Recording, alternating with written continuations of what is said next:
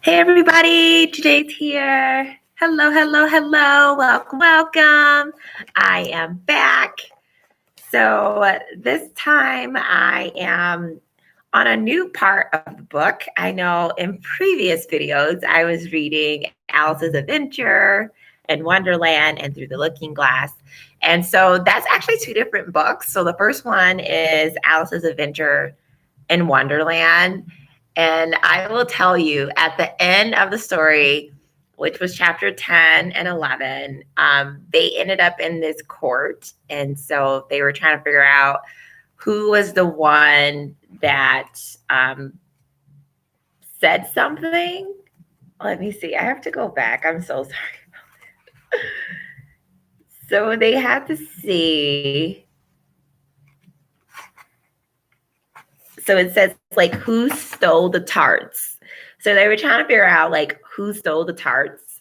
And then they had like different people like to come up and they had to like prove their evidence.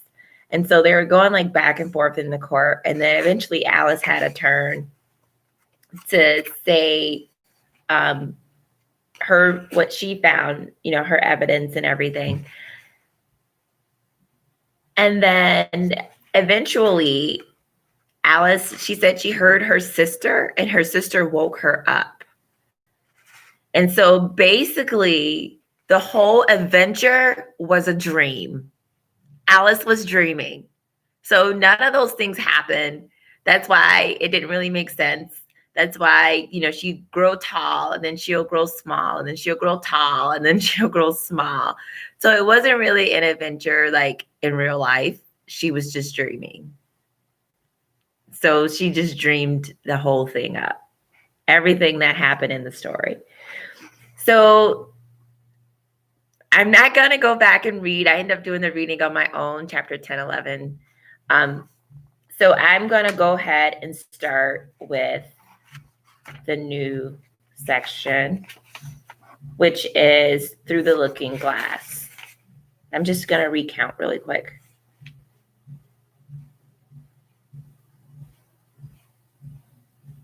Okay, so it went up to chapter 12 for the last one. So I just wanted to look at that. And that was Alice's evidence. All right, and then she woke up. So now we're on the next portion of the book. I'll show you a picture. So Looking Glass House. So this is chapter 1. And we can look at the picture. It looks like there's a cat. I wonder if that's Alice's cat. And then we can see the yarn. All right. So let's get started. Feel free to type in the chat if you want to say hello. Let me know your thoughts. If you're confused, if you have questions, if you want to know more of the story, just let me know. I'll start by saying hello. Hello, hello, hello. All right, so getting started. Chapter 1, Looking Glass House. One thing was certain, that the white kitten had nothing to do with it. It was the black kitten's fault entirely, for the white kitten had been having its face washed by the old cat for the last quarter of an hour, and bearing it pretty well considering. So you see that it couldn't have had any hand in the mischief. The way Dana washed her children's faces, was this. First, she held the poor thing down by its ear with one paw, and then with the other paw, she rubbed its face all over the wrong way, beginning at the nose. And just then, as she said, she was hard at work on the white kitten, which was lying quite still and trying to purr, no doubt feeling that it was all meant for its good. But the black kitten had been finished with earlier in the afternoon. And so, while Alice was sitting curled up in a corner of the great armchair, half talking to herself and half asleep, the kitten had been having a grand game of romps with the ball of worsted. Alice had been trying to wind up and had been rolling it up and down till it had all come undone again. And there it was, spread over the hearth rug, all knots and tangles, with the kitten running after its own tail in the middle. "Oh, you wicked, wicked little thing," cried Alice, catching up the kitten and giving it a little kiss to make it understand that it was in disgrace. "Really, Dinah, ought to have taught you better manners. You ought, Dinah.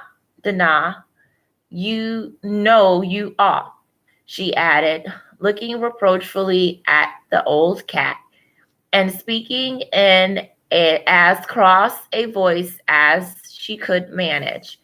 And then she scrambled back into the armchair, taking the kitten and the worsted with her, and began winding up the ball again. But she didn't get on very fast, and she was talking all the time, sometimes to the kitten and sometimes to herself. Kitty sat very demurely on her knee, pretending to watch the progress of the winding, and now and then putting out one paw and gently touching the ball as if it would be glad to help if it might.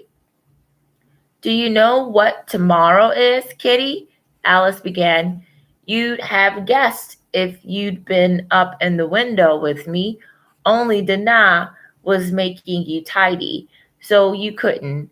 I was watching the boys getting in sticks for the bonfire, and it wants plenty of sticks, Kitty, only it got so cold and it snowed, so they had to leave off. Never mind, Kitty.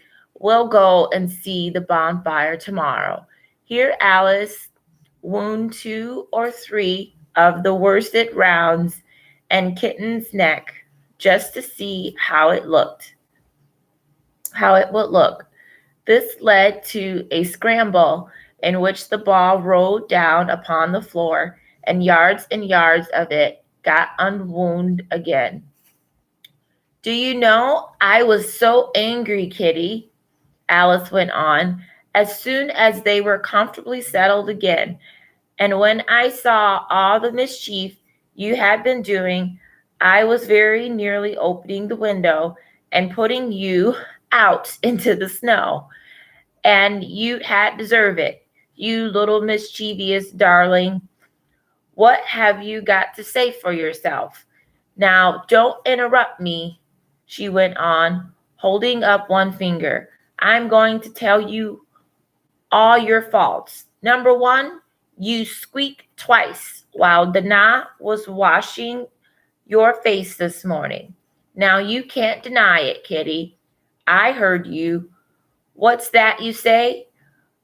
Pretending that the kitten was speaking. Her paw went into her eye. "Well, that's your fault for keeping your eyes open. If you shut them tight up, it wouldn't have happened. Now, don't make any more excuses, but listen. Number 2, you pulled Snowdrop away by the tail, just as I put down the saucer of milk before her. What? You were thirsty, were you? How do you know she wasn't thirsty too? Now, for number 3, you unwound every bit of the worst while I wasn't looking. That's 3 faults, Kitty, and you've not been punished for any of them yet. You know, I'm saving up all your punishments for Wednesday week. Suppose they have saved up all my punishments," she went on, talking more to herself than the kitten. "What would they do at the end of the year?" I should be sent to prison, I suppose, when the day came. Or, let me see, suppose each punishment was to be going without dinner. Then, when the miserable day came, I should have go without 50 dinners at once. Well, I shouldn't mind that much. I'd far rather go without them than eat them. Do you hear the snow against the window panes, Kitty? How nice and soft it sounds, just as if someone was kissing the window all over outside. I wonder if the snow loves the trees and fields, that it kisses them so gently, and then it covers them up snug, with a white quilt. And perhaps it says, "Go to sleep, darlings, till the summer comes again." And when they wake up in the morning, Kitty, they dress themselves all in green and dance about whenever the wind blows. Oh, that's very pretty, cried Alice, dropping the ball of the worsted to clap her hands. And I do so wish it was true. I'm sure the wood look sleepy in the autumn when the leaves are getting brown. Kitty, can you play chess? Now, don't smile, my dear. I'm asking it seriously because when we were playing just now, you watched just as if you understood it. And when I said check, you purred. Well, it was nice to check, Kitty.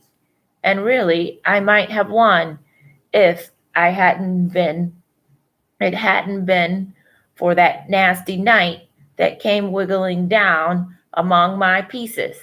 Kitty, dear, let's pretend. And here I wish I could tell you half the things Alice used to say, beginning with her favorite phrase, let's pretend. She had quite a long argument with her sister only the day before, all because Alice had begun with, let's pretend we're kings and queens. And her sister, who liked being very exact, had argued that they couldn't because there were only two of them. And Alice had been reduced at last to say, well, you can be one of them, then I'll be all the rest. And once she had really frightened her old nurse by shouting suddenly in her ear, Nurse, do let's pretend that I'm hungry hyena and you are a bone. But this is taking us away from Alice's speech to the kitten. Let's pretend that you are the Red Queen, Kitty. Do you know, I think if you sat up and folded your arms, you'd look exactly like her. Now, do try. There's a dear. And Alice got the Red Queen off the table and set it up before the kitten as a model for it to imitate. However, the thing didn't succeed. Principally, Alice said, because the kitten wouldn't fold its arms properly. So to push it, she held it up to the looking glass that it might see how sulky it was. And if you are not good directly, she added, I'll put you through into Looking Glass House. How would you like that? Now, if you'll only attend, Kitty, and not talk so much, I'll tell you all my ideas about Looking Glass House. First, there's the room. You can see through the glass. That's just the same as the drawing room.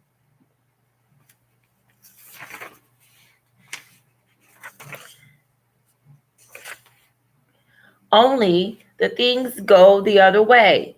You can see all of it when you get upon a chair, all but the bit just behind the fireplace.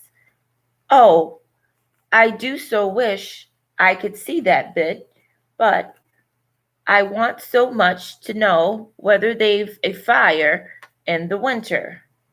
You never can tell, unless our fire smokes. And then smoke comes up into the room too. But that may only pretense. That may be only pretense, just to make it look as if they had a fire. Well, then, the books are the same, like our books, only the words go the wrong way. I know that because I've held up one of our books to the glass, and they hold up one in the other room. So I want to pause very quickly. I turn the page, and then there's a picture I want y'all to see really quickly. So here's a picture of Alice, and then it looks like two glasses that's on like the table there. Looks like this might be, I don't want to say what it is, but I don't want, but you see the two glasses of that one and then that one. So, and then on the other page, the same thing. So I'm thinking that's the looking glass.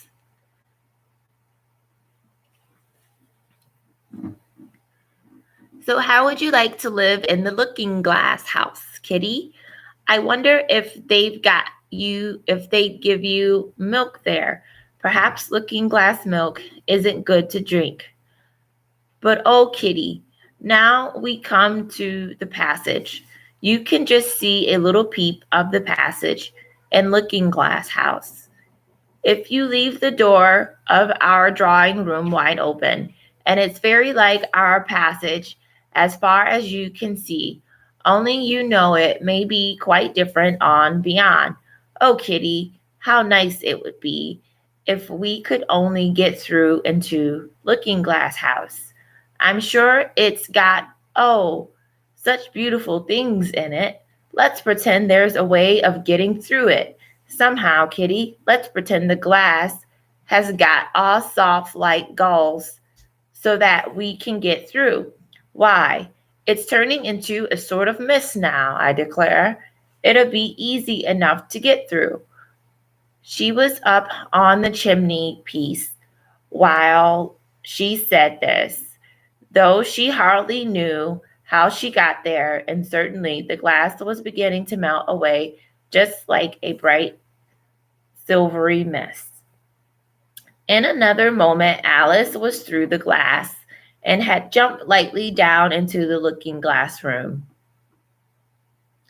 The very first thing she did was to look whether there was a fire in the fireplace, and she was quite pleased to find that there was a real one, blazing away as brightly as the one she had left behind. So I shall be warm here, as I was in the old room, thought Alice. Warmer, in fact, because there'll be no one here to scold me away from the fire. Oh, what fun it'll be when they see me through the glass in here and can't get at me. Then she began looking about and noticed that what could be seen from the old room was quite common and uninteresting, but that all the rest was as different as possible.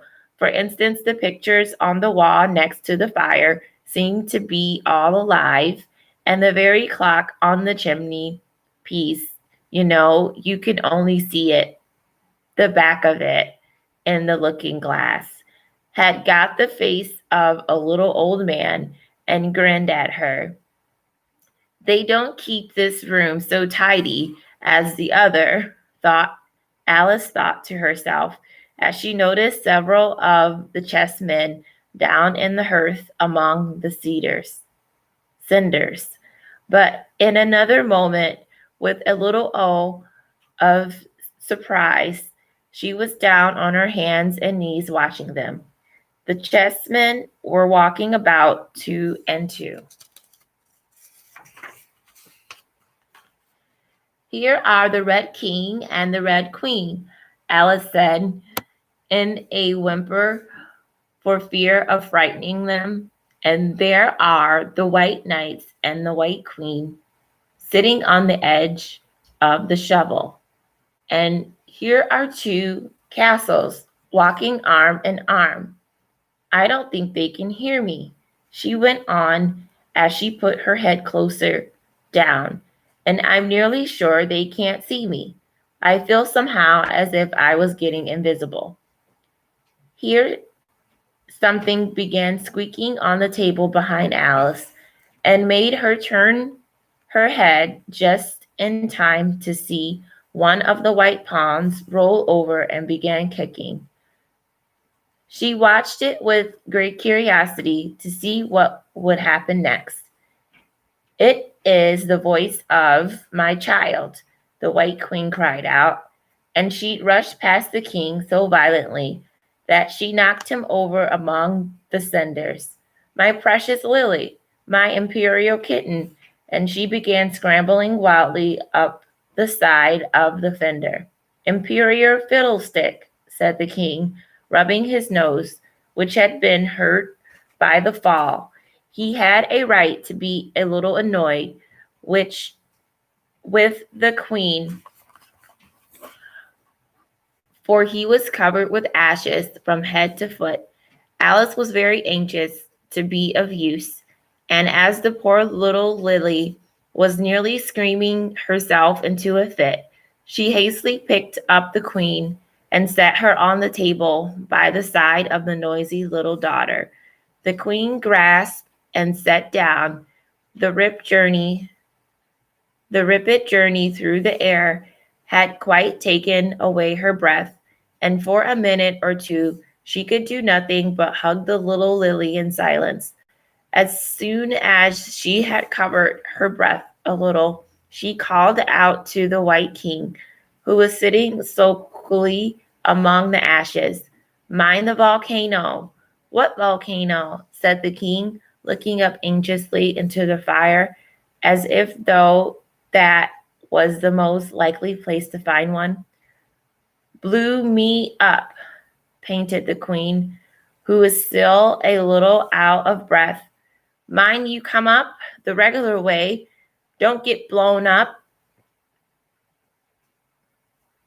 Alice watched the White King as he slowly struggled up from bar to bar, till at last said, "Why, you'll be hours and hours getting to the table. At that rate, I'd far better help you, hadn't I?" But the king took no notice of the question. It was quite clear that he could neither hear her nor see her. So Alice picked him up very gently and lifted him across more slowly than he had lifted the queen, that she might take his breath away. But before she put him on the table, she thought she might as well dust him a little. He was so covered with ashes. She said afterwards that she had never seen in her life such a fire as the king made. When he found himself held in the air by an invisible hand and being dusted, he was far too much astonished to cry out. But his eyes and his mouth went going larger and larger and rounder till her hand shook so with laughing that she nearly let him drop upon the floor. "Oh, please don't make such faces, my dear," she cried, quite forgetting that the king couldn't hear her. "You make me laugh so that I can hardly hold you. And don't keep your mouth so wide open. All the ashes got into it. There. Now I think you're tidy enough," she added, and she smoothed his hair and set him upon the table near the queen. So I want to show you a picture. So this is, you see the king and the queen, and you see like the castle and the pond. and the bishop. So these are chess pieces. You can even see the knights in the picture. The king immediately fell flat on his back and lay perfectly still, and Alice was a little alarmed at what she had done and went around the room to see if she could find any water to throw over him. However, she could find nothing but a bottle of ink, and she got back with it. She found he had recovered, and he and the queen were talking together in the frightened whisper, so low that Alice could hardly hear what they said. The king was saying, "I assure you, my dear, I turn cold to the very end of my whiskers." To which the queen replied, "You haven't got any whiskers." The horror of that moment, the king went on, "I shall never, never forget." "You will, though," the queen said, "if you don't make a memorandum of it." Alice looked on with great interest as the king took an enormous memorandum book out of his pocket and began writing. A sudden thought struck her, and she took hold of the end of the pencil, which came some way over his shoulder, and began writing for him. The poor king looked puzzled and unhappy, and struggled with the pencil for some time without saying anything. But Alice was too strong for him, and at last he panted out, "My dear, I really must get a thinner pencil. I can't manage this one a bit.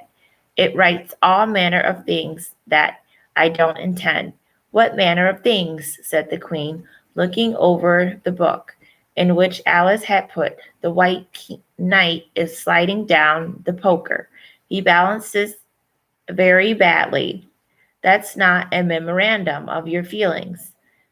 There was a book lying near Alice on the table, and while she sat watching the White King, for she was still a little anxious about him, and had the ink all ready to throw over him, in case he fainted again, and she turned over the leaves to find some part that she could read, for it's all some language I don't know. She said to herself, "It was like this." So it looks like it's Jabberwocky to Brilling and the Slingy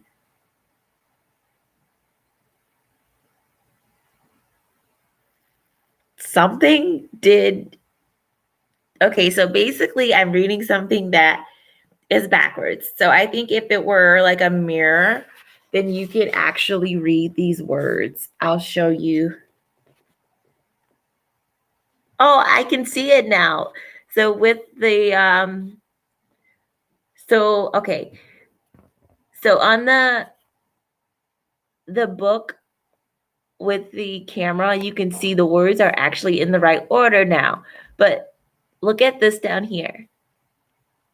Do you see how like you can't read it? So just try to flip them around. So like if I weren't showing you this book right here with this camera, the words that are up here would look like this. Like it would look weird. So you can't really read it. Okay, I hope that makes sense. But now I can see Jabberwocky. Okay, so Twas Breeing and the Sleepy Toves did Gyrie and Gimble in the Wobby all miss me were the Borogovs and the Momi Raths out grab B. So I don't know what that means, but that's what it said. So she puzzled over this for some time, but at last a bright thought struck her. Why, it's a looking glass book, of course, and if I hold it up to the glass, the words will go the right way again.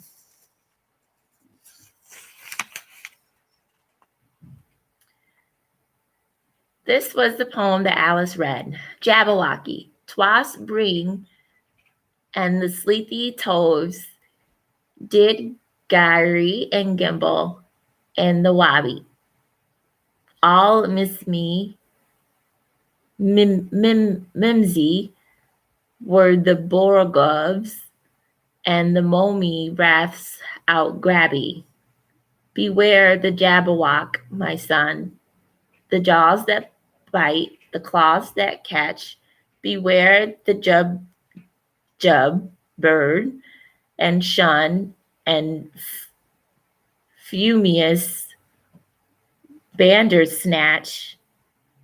He took his vorpal sword in hand, long time the man Zom, foe he sought. Okay, so this is hard to read. It doesn't even make sense, but I'll keep reading it. The Fumius Bandersnatch. He took his vorpal sword in hand, long time the maxim foe he sought. So rested he by the tum tree, and stood a while, he thought. And as an a fish thought he stood, the Jabberwock with eyes of flame came waffling through the tuggly wood and burbled as it came. 1, 2, 1, 2, and through the vorpal blade went snicker snack. He left it dead, and with his head he went galumping back. And haste thou slain the Jabberwock, come to my arms, my beamish boy. O frabjous day, Calais, he chortled in his joy. Twas brilling, and the sleepy tubs did gry and gimble in the wabby. All mimsy were the borogoves, and the mome wrath out grabbe. So that was the poem. I may have mispronounced some of those words, but here you can see there's a picture. Looks like there's the sword. Right? So there's a Jabberwocky. All right. So it seems very pretty, she said when she had finished it, but it's rather hard to understand. You see, she didn't like to confess, even to herself, that she couldn't make it out at all. Somehow it seemed to fill my head with ideas, only I didn't exactly know what they are. However, somebody killed something. That's clear at my rate. But oh, thought Alice, suddenly jumping up, if I don't make haste, I shall have to go back through the looking glass before I've seen the rest of the house, what the rest of the house is like. Let's have a look at the garden first. She was out of the room in a moment and ran downstairs. Oh, at least it wasn't exactly running, but a new invention for getting downstairs quickly and easily, as Alice said to herself.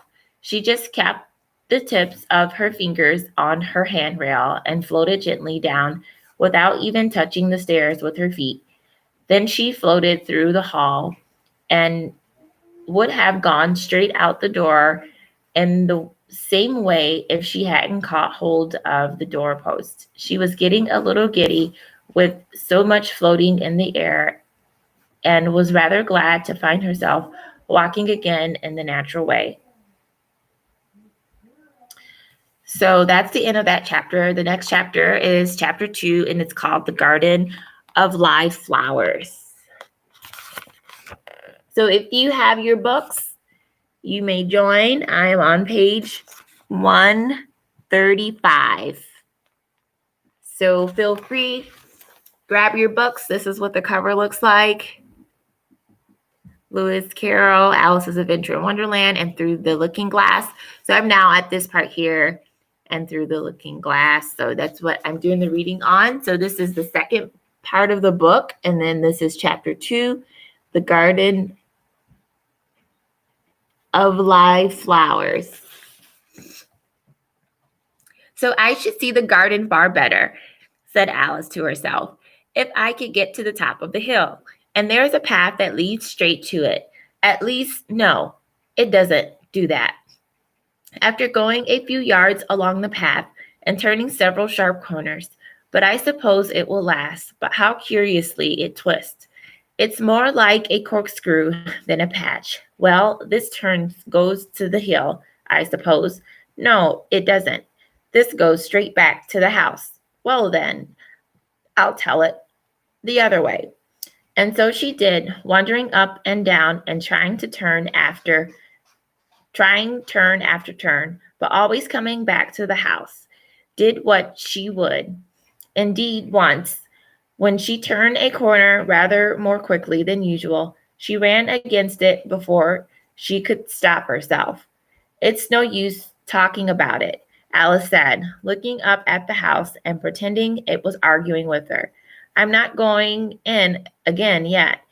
I should have to get through the looking glass back into the old room, and there be an end of all my adventures. So resolutely turning her back upon the house, and set out once more down the path, determined to keep straight on the still. She got to the hill. For a few minutes, all went on well, and she was just saying, I really shall do it this time, with the path gave a sudden twist and shook herself. As she described it afterwards, the next moment, she found herself actually walking in at the door. Oh, it's too bad, she cried. I never saw such a house for getting in the way, never. However, there was a hill full of sight. So there was nothing to be done but start again. This time she came upon a large flower bed with a border of daisies and a willow tree growing in the middle. Oh, Tigger-Lily, said Alice, addressing herself in one that was wavingly gracefully about in the wind. I wish you could talk. We can talk, said the Tigger-Lily, when there's anybody worth talking to. So Alice was so astonished that she couldn't speak for a minute. It quite seemed to take her breath away. And length, as Tigger-Lily only went on waving about, she spoke again in timid voice, also in the whisper. And can all the flowers talk? As well as you can, said the Tigger-Lily, and a great deal louder. It isn't manners for us to begin, you know, said to Rose, and really was wondering when you'd speak, she said to herself. Her face has got some sense in it, though it's not a clever one. Still, you're right. You're the right color, and that goes a long way.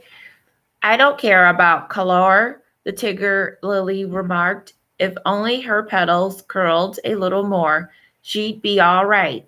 So Alice didn't like being criticized, so she began asking questions. Aren't you sometimes frightened at being planted out here with nobody to take care of you? There's the three in the middle, said Rose. What else is good for you? But what could it do if any danger came? So Alice asked. It could bark, said the Rose. It says bah, wah, cried the daisy. That's why its branches are called boughs. Don't you know that? She cried another daisy. And here they all began shouting together till the air seemed quite full of little shrill violence.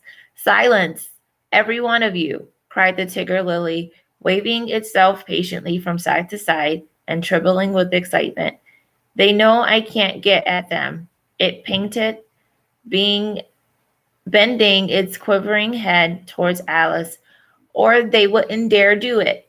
Never mind, Alice said in a soothing tone, and stooped down to the daisies who were just beginning again, she whispered, "If you don't hold your tongues, I'll pick you." So there was silence in a moment, and several of the pink daisies turned white. "That's right," said Tigger Lily. "The daisies are worst of all. When one speaks, they all begin together, as it's enough to make one wither, to hear the way they go on." "How is it you can all talk so nicely?" Alice said, hoping to get it into a better temper by a complaint.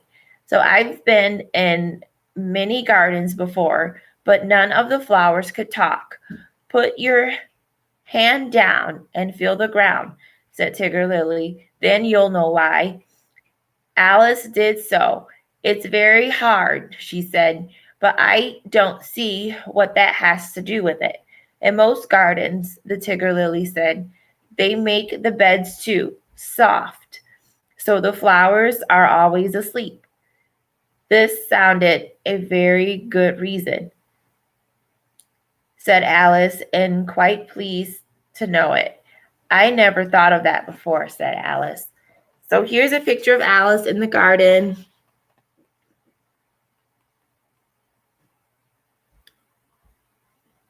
So there's the Tigger Lily somewhere in there. If you're a flower person, I'm assuming that this one is the Tigger. I don't know. So if you know flowers, then you can find the Tigger Lily, if there's a such thing, because this one has a face on it. So this is a face. So they're talking flowers. Okay.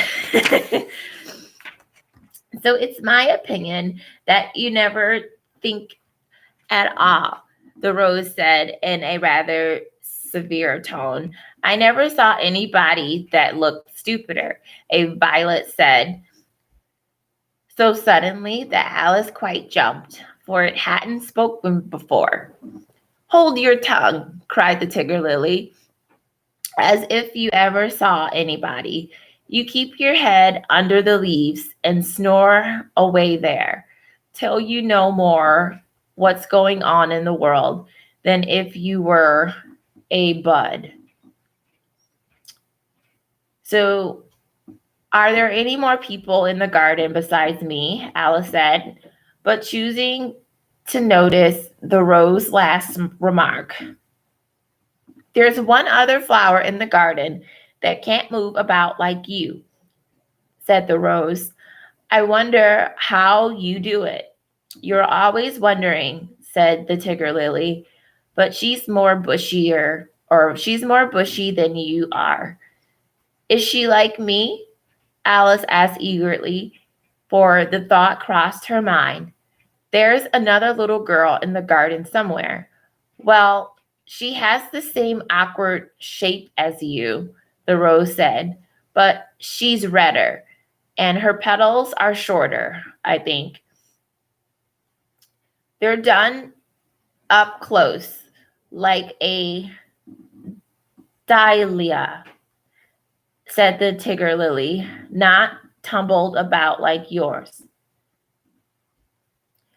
"But that's not your fault," the rose added kindly. "You're beginning to fade, you know, and then one can't help one's petals getting a little untidy." Alice didn't like this idea at all, so to change the stupid subject, she asked, "Does she ever come out here?" "I dare say you'll see her soon," said the rose. "She's one of a kind that has 9 spikes, you know." "Where does she wear them?" Alice asked in some curiosity. "Well, all around her head, of course," the rose replied. "I wonder you hadn't got some too." "I thought it was the regular rule." "She's coming," cried the larkspur. "I hear her footsteps, thump, thump, along the gravel walk." Alice looked round eagerly and found that it was the Red Queen. "She's grown a good deal," was her first remark. And she indeed was Alice's first found in the ashes. She had been only 3 inches high, and here she was half a head taller than Alice herself. It's the fresh air that does it, said the rose. Wonderfully fine air is out here.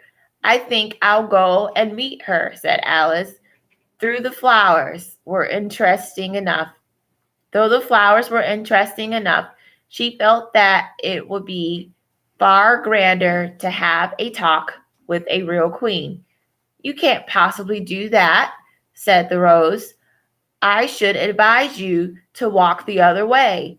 This sounded nonsense to Alice, so she said nothing, but set off at once toward the Red Queen. To her surprise, she lost sight of her in a moment and found herself walking in at the front door again. A little provoked, she drew back, and after looking everywhere for the queen, whom she'd spied out at last a long way off, she thought she would try the plan this time of walking in the opposite direction. Here's a picture of Alice when she's like actually talking to the queen. So maybe that's going to be on the next page.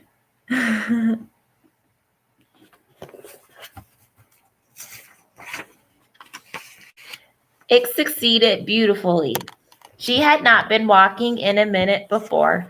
She found herself face to face with the Red Queen and full in sight of the hill she had been so long aiming at. Where do you come from? Said the queen. And where are you going? Look up, speak nicely, and don't twiddle your finger around. Don't twiddle your finger all the time. Alice attended to these directions and explained as well as she could that she had lost her way. I don't know what you mean by your way, said the queen. All the ways about here belong to me. But why do you come out here at all? She added in a kinder tone. Curtsy while you are thinking what to say. It saves time. Alice wondered a little at this, but she was too much in awe of the queen to disbelieve it. I'll try it when I go home, she thought to herself, the next time I'm a little late for dinner. It's time for you to answer now, the queen said, looking at her watch. Open your mouth a little wider when you speak, and always say Your Majesty. I only wanted to see what the garden was like, Your Majesty. That's right, said the queen, putting out her head with Alice. Didn't like at all. Though when you say garden, I've seen gardens compared with which this would be a wilderness. Alice didn't dare to argue the point, but went on. And I thought I'd try to find my way to the top of the hill. When you say hill, the queen interrupted, I could show you hills in comparison with which you'd call that a valley. No, I shouldn't, said Alice, surprised into contradicting her at last. A hill can't be a valley, you know. That would be nonsense. The Red Queen shook her head. You may call it nonsense, if you like, she said, but I've heard nonsense compared to which that would be as sensible as a dictionary.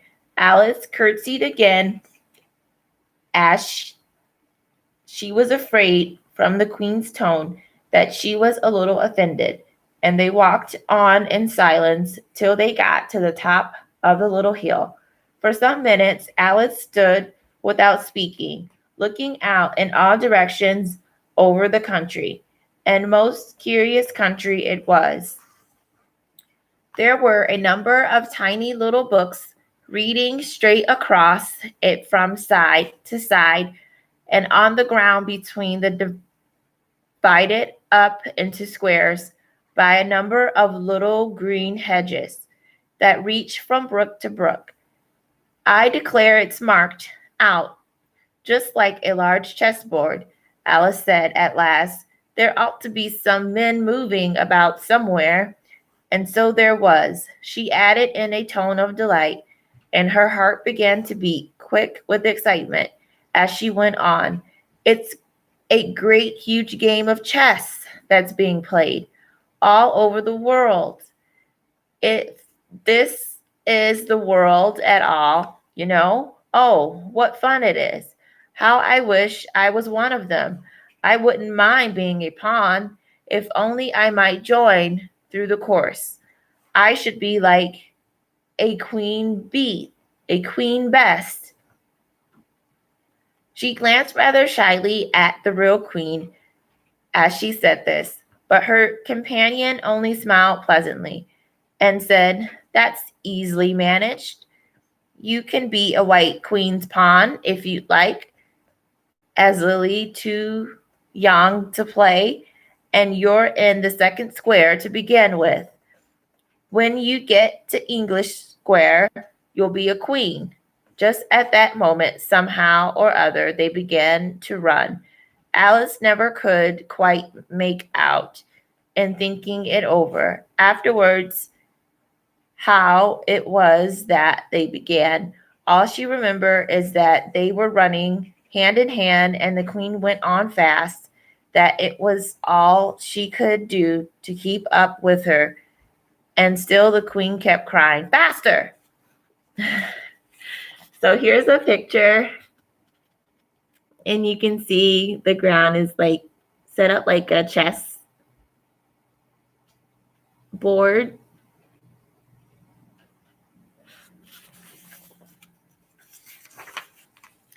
Faster! As Alice felt she could not go faster, though she had no breath left to say so.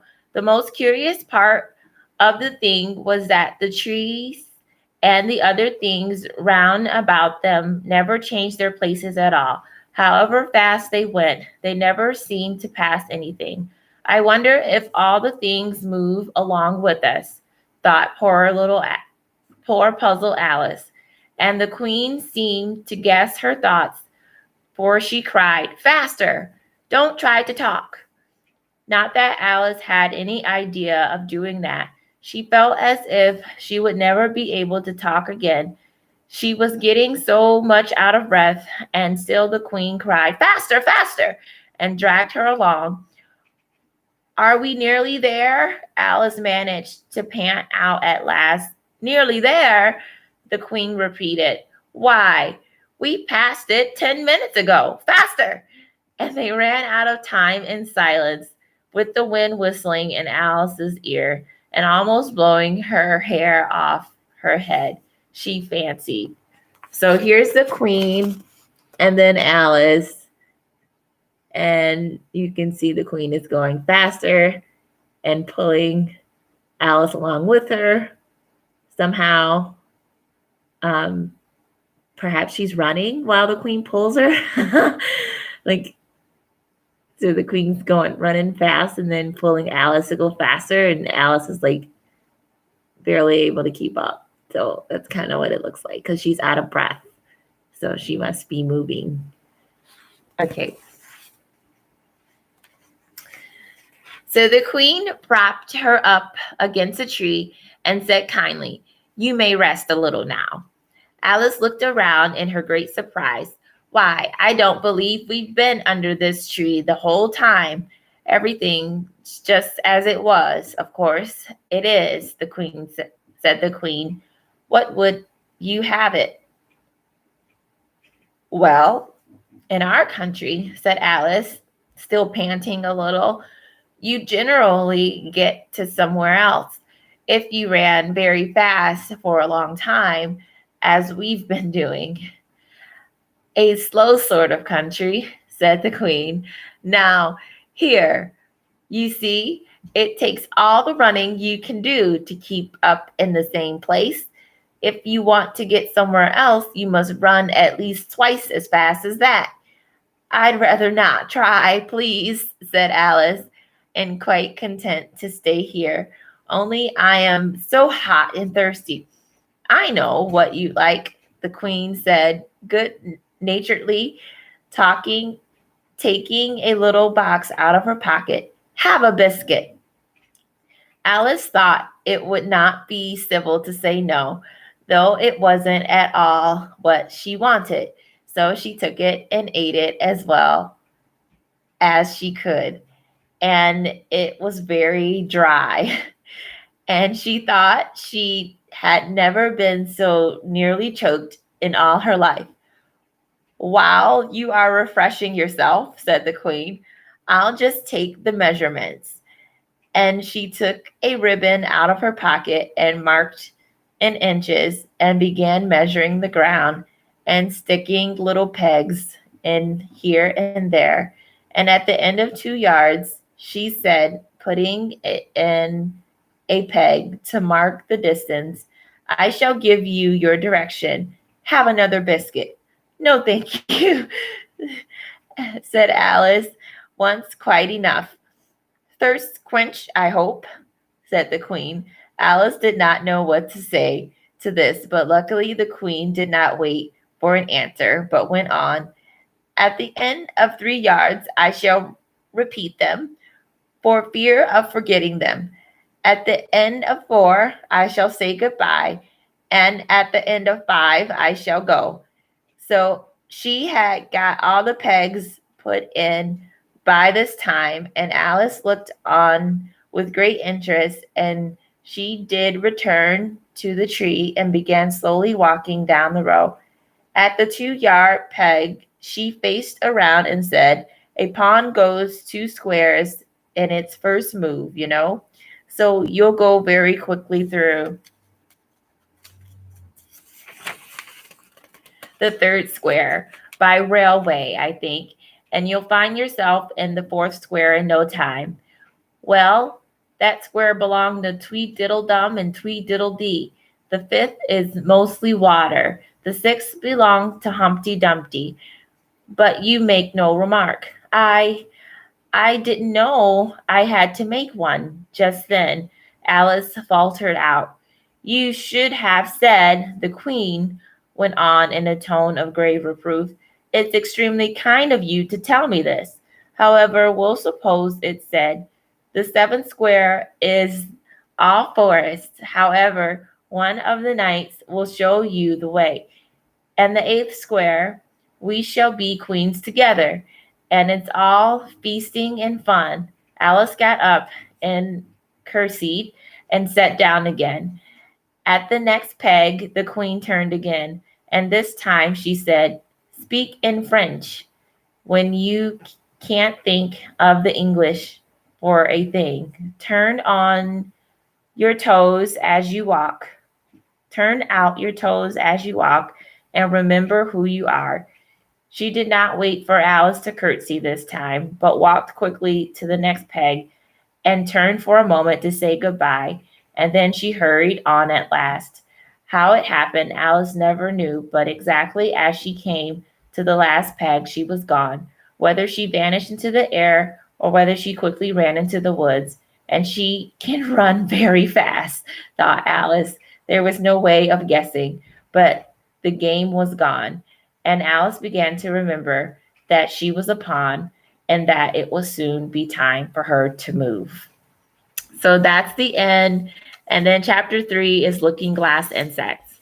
So now there's this game of chess. So Alice is now a pawn, and she has to go to like different spaces in the game. So she's gonna come across Humpty Dumpty. I know that's the one like I really remember that I'm really looking forward to. And then there's a few other ones: Tweediddledum, Tweedledee.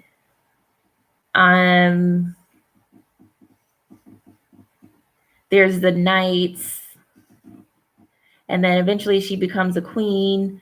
So like it's gonna be a really good, I think, getting through these different scenes in the next book. So I look forward to reading more about Alice being a pawn. But that's it. So this is the next chapter. Chapter 3, Looking Glass Insects. So be ready for that one. I'll start probably later today, and I'll get through it. So keep looking out for me. All right, bye.